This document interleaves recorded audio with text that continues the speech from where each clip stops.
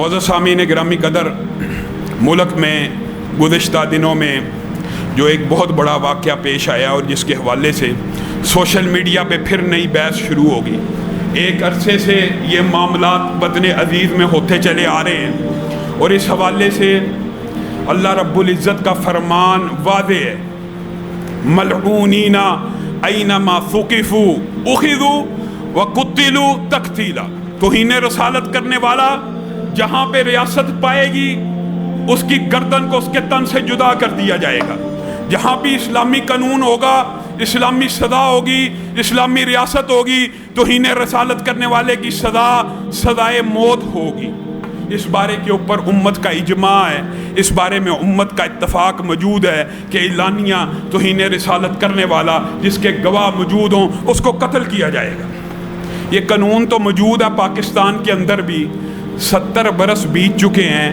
ایک قانون کے مطابق موجود ہونے کے بعد ایک بھی ملزم اگر اس قانون کے تحت کافر کردار کو نہیں پہنچتا تو کیا ہم یہ سوال اٹھانے کے اوپر حق بجانب نہیں ہے یہ قانون بنایا کس لیے گیا؟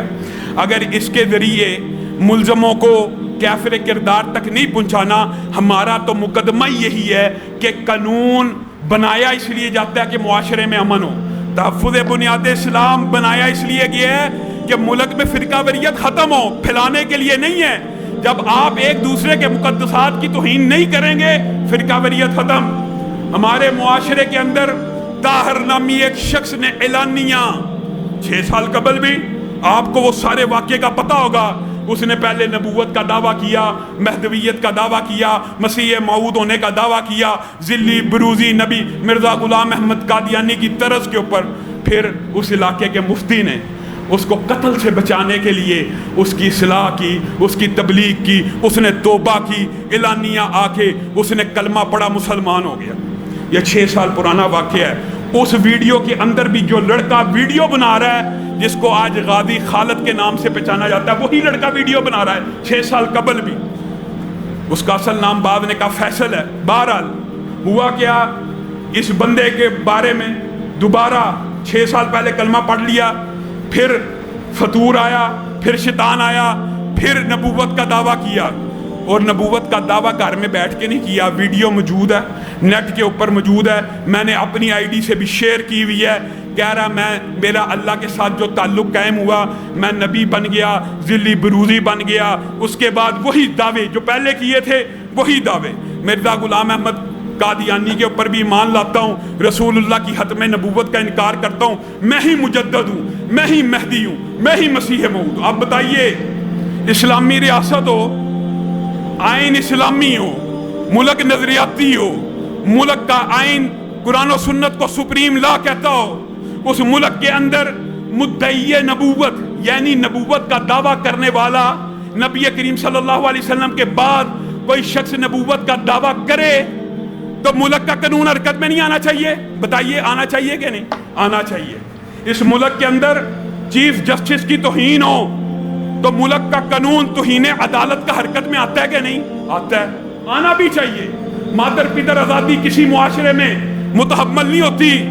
ملک کے خلاف، حالت جنگ میں فوج کے خلاف گفتگو اور انتشار پھیلایا جا رہا ہو، غداری کا مقدمہ حرکت میں آتا ہے کہ نہیں؟ آنا چاہیے اور آتا بھی ہے۔ آپ اور میں آج عدالت کی توہین کریں، قانون حرکت میں آ جائے گا۔ آپ اور میں ملک کے خلاف، آرمی کے خلاف، اداروں کے خلاف بات کریں، قانون حرکت میں آ جائے گا اور آنا بھی چاہیے۔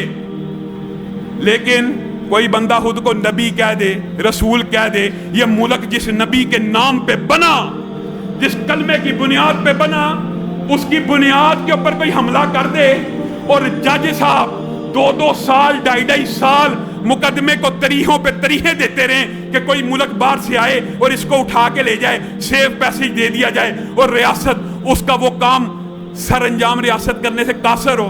مدعی نبوت کی کیا سزا ہے اسلام میں؟ جو مسیلمہ کذاب کو ملی، جو اسود انسی کو ملی، اسلام میں اس کی سزا واضح ہے۔ تو انہیں رسالت کرنے والے کی، مدعی نبوت کی کرنے والے کی، دعوی نبوت کرنے والے کی۔ اب ایک ریاست چاہیے تو یہ کہ عدالت، ایک تھا آسیہ کا کیس، یہ فلاں گواہ تھا فلاں، اس میں بھی جھوٹ بول کر اس کو فرار کروایا گیا. اس میں تو گواہی کی ضرورت نہیں, اس میں تو ویڈیو موجود ہے. اس کیس کو اتنا لمبا کیوں کیا گیا؟ تاکہ ایک غازی پھر پیدا ہو. اس لیے لمبا کرتے ہیں یہ بدبخت, تاکہ مولویوں کے اوپر یہ الزام لگا سکیں. خود لمبا کرتے ہیں. مجھے بتائیے, آج میں کھل کے آپ کے سامنے یہ بات رکھتا ہوں, قانون ہاتھ میں نہیں لینا چاہیے, قانون ہاتھ میں نہیں لینا چاہیے. اور قانون ہاتھ میں لینا یہ خلاف اسلام بھی ہے, خلاف شریعت بھی ہے. یہ تو میں آپ کو ایک فقہی مسئلہ بیان کر رہا ہوں.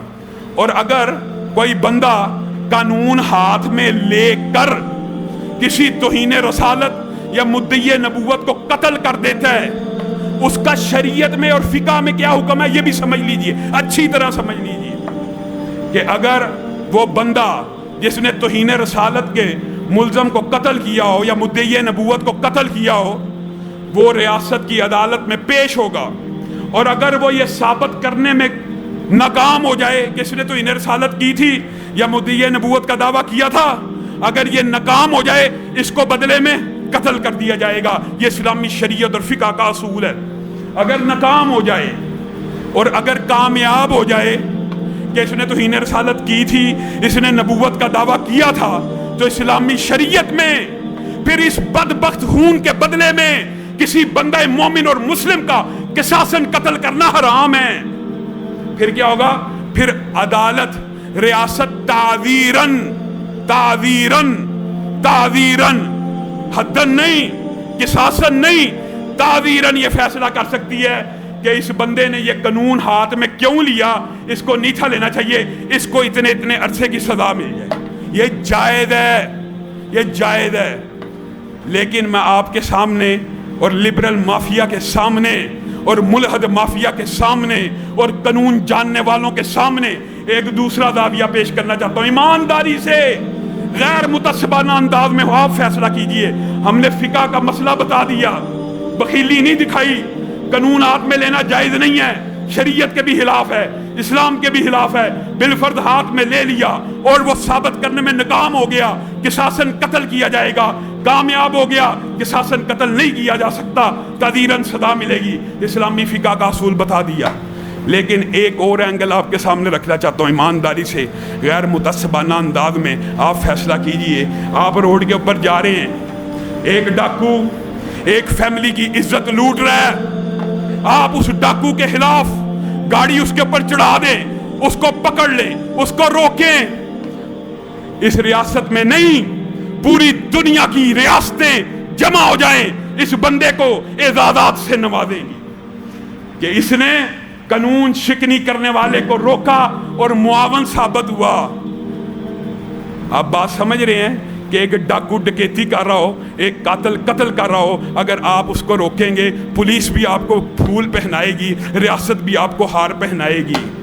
لیکن ایک رسول اللہ کی ذات ہی ایسی ہے کہ جن کی توہین کر دی جائے اور اگر ملزم اس کو قرار واقعی سزا جو ریاست نے دینی تھی وہ دے دے, تو کہا جائے ممتاز قادری کو سب سے پہلے پھانسی پہ لگا دو.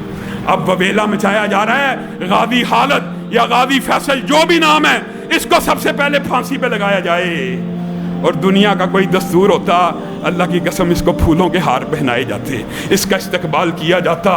نہیں, ہم افراتفری انتشار نہیں پھیلانا چاہتے, صرف آپ کے سامنے ایک زاویہ, ایک نقطہ نظر رکھ رہے ہیں کہ آپ جو قانون بنا چکے ہیں اللہ کے لیے, اگر کوئی دعوی نبوت کر دے, کوئی توہین رسالت کر دے, تو آپ کے عدالت کے قاضی فیصلہ کیا کریں تاکہ اس طرح کے غازی پیدا نہ ہوں. ہم خود نہیں چاہتے کہ یہ لوگ, یہ نوجوان مشتاق لوگ کے قانون اپنے ہاتھ میں نہ لیں. ہم خود یہ چاہتے ہیں کہ قانون ہاتھ میں نہ لیں, لیکن ان کو یہ ساری کا سارا ہاتھ لینے کے اندر مجبور آپ لوگ کرتے ہیں. انہوں نے دیکھا ہے آپ نے توہین رسالت کی ملزمہ آسیہ ملعونہ کو رہا کیا, آپ نے عبدالشکور قادیانی کو رہا کیا.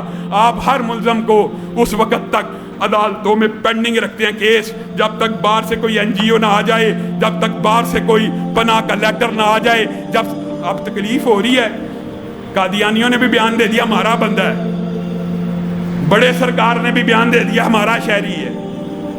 افسوس ہے, افسوس ہے. میں آپ کے سامنے یہ بات رکھنا چاہتا ہوں کہ ہمارا نقطہ نظر پھر وہی ہونا چاہیے کہ بندے کو قانون ہاتھ میں نہیں لینا چاہیے، لیکن یہ بندہ اگر اس کو توہین رسالت کا اور مدعی نبوت ثابت کر دے جو ثابت ہو چکا ہے، پھر اس کو قصاصاً قتل نہیں کیا جا سکتا۔